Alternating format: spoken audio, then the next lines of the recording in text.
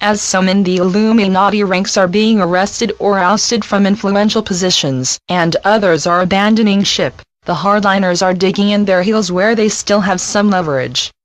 Most noticeable is what their international drug trade funds, CIA and Mossad Black Ops activities, which include downing the Russian plane, and ISIS, the source of the recent massacre in Paris.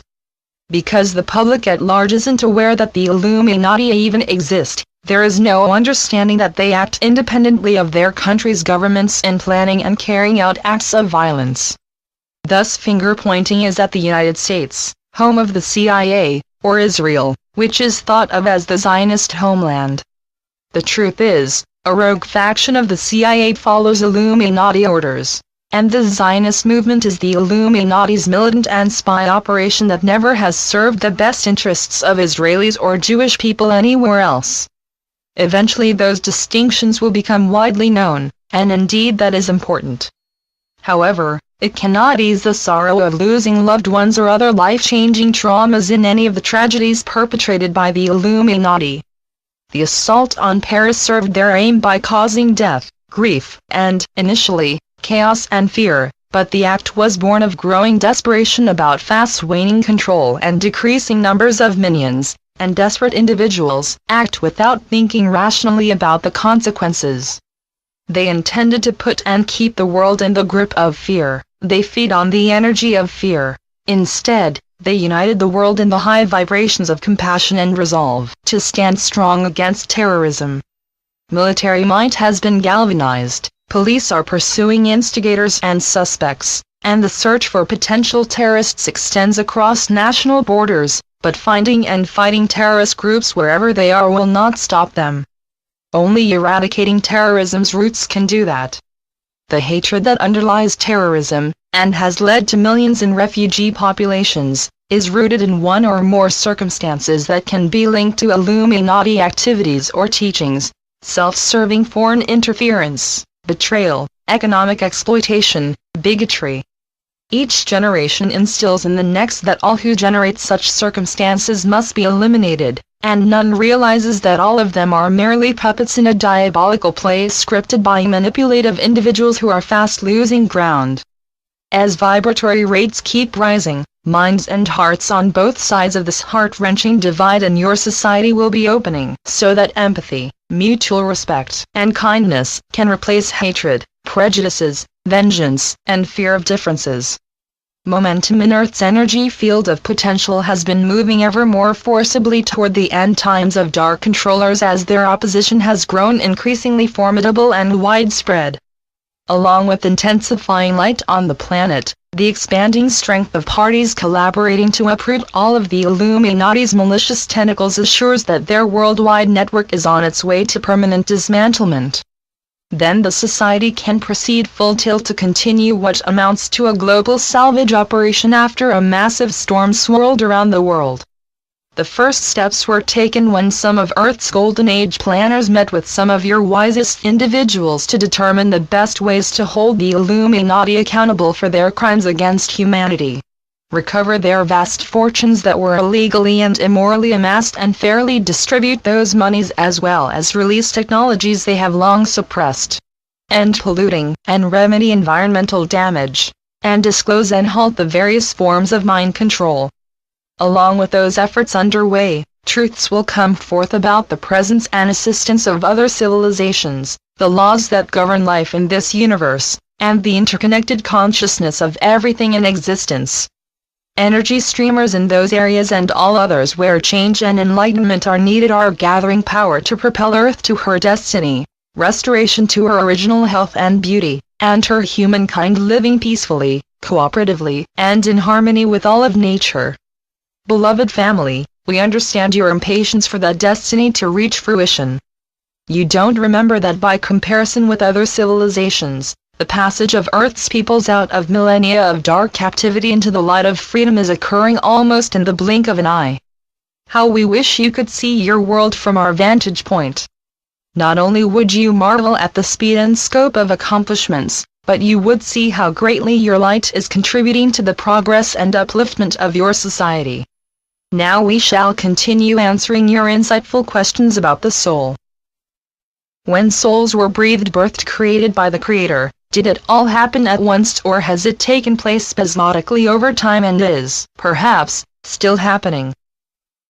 The ingredient of every soul, which is pure love light energy, came into being with Creator's first expression of itself in what you call the Big Bang. The birth of independent, inviolate, eternal soul selves, which began after that momentous occasion when their ingredient was created, has been happening ever since then in your concept of linear time and, as far as we know, will continue until every soul in the cosmos remembers and returns to its beginnings in Creator. Am I right in thinking that the Creator births us in groups of about 60 souls, about 30 of which become our family soul group? We mostly move through our chosen incarnations playing out different agreed roles within those groups, but sharing contracts, occasionally, with souls from other soul groups as the need arises. There is no rigidity about the numbers of souls within any group, or cluster, but indeed souls from one group may share contracts with those in another as the need arises. However, during this era, when the entire universe is in acceleration mode and countless souls are taking advantage of the unique opportunity to choose concentrated karmic lessons so they can complete them in one lifetime rather than several or even many lifetimes in a third density world, another form of cooperation is much more prevalent. In addition to experiencing their own chosen lessons, many souls are assisting others with theirs.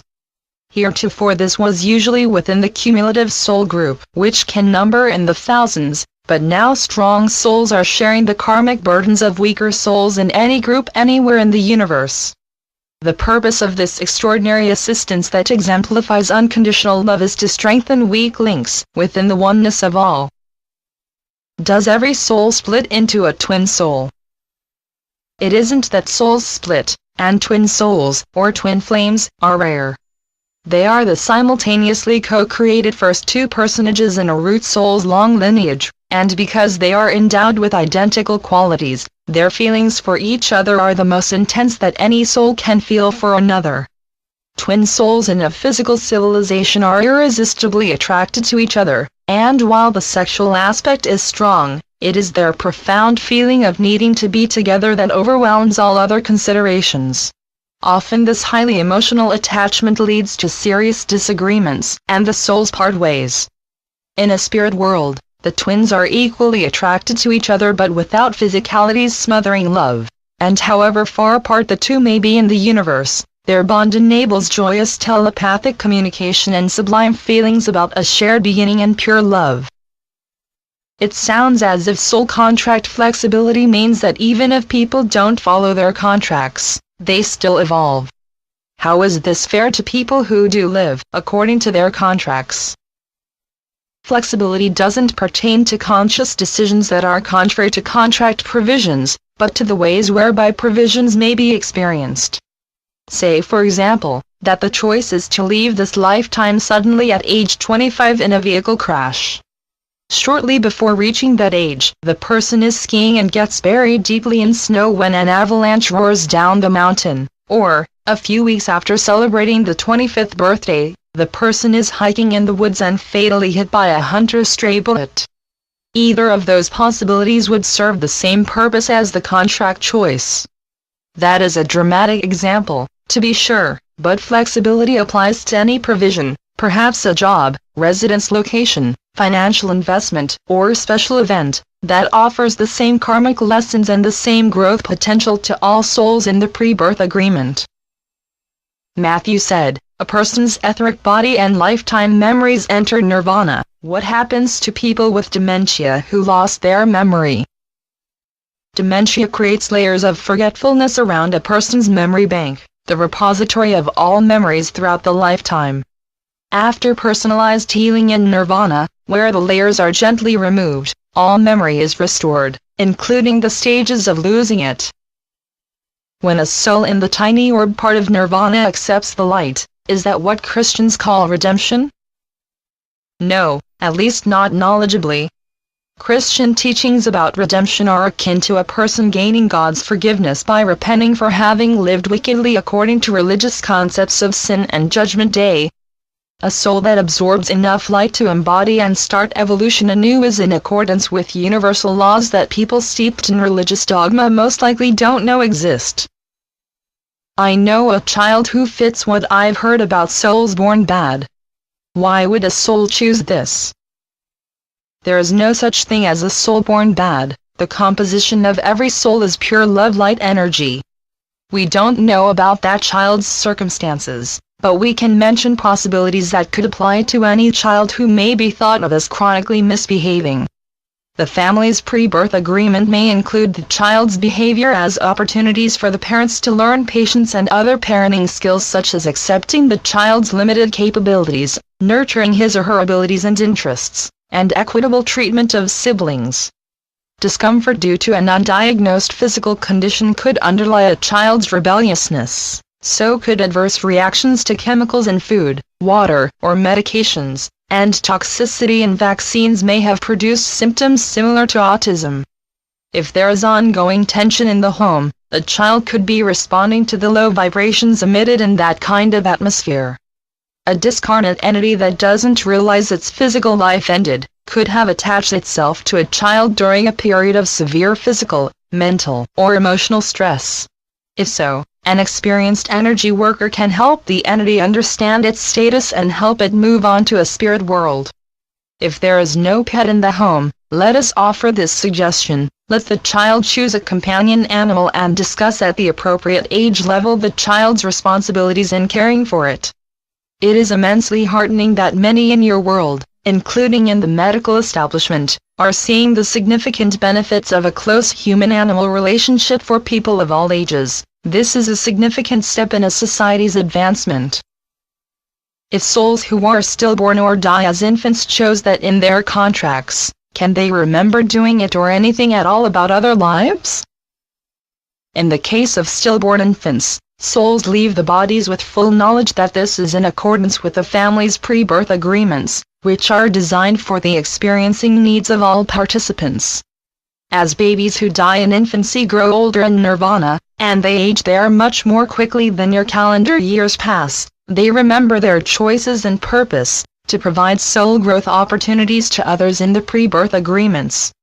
And, like all others in spirit worlds, they become consciously aware of soul-level knowledge to the extent it was remembered or experienced in all other lifetimes. Our message about lost souls evoked the following questions. Is a lost soul still an inseparable part of God? It is as long as it remains in the basest part of a spirit world in this universe. If it is deemed by Creator to be permanently light-resistant, or lost and only Creator can decide that, the soul's energy is reabsorbed into Creator's cosmic essence, where it had its beginnings. Do a lost root soul's progeny know what happened to them? No.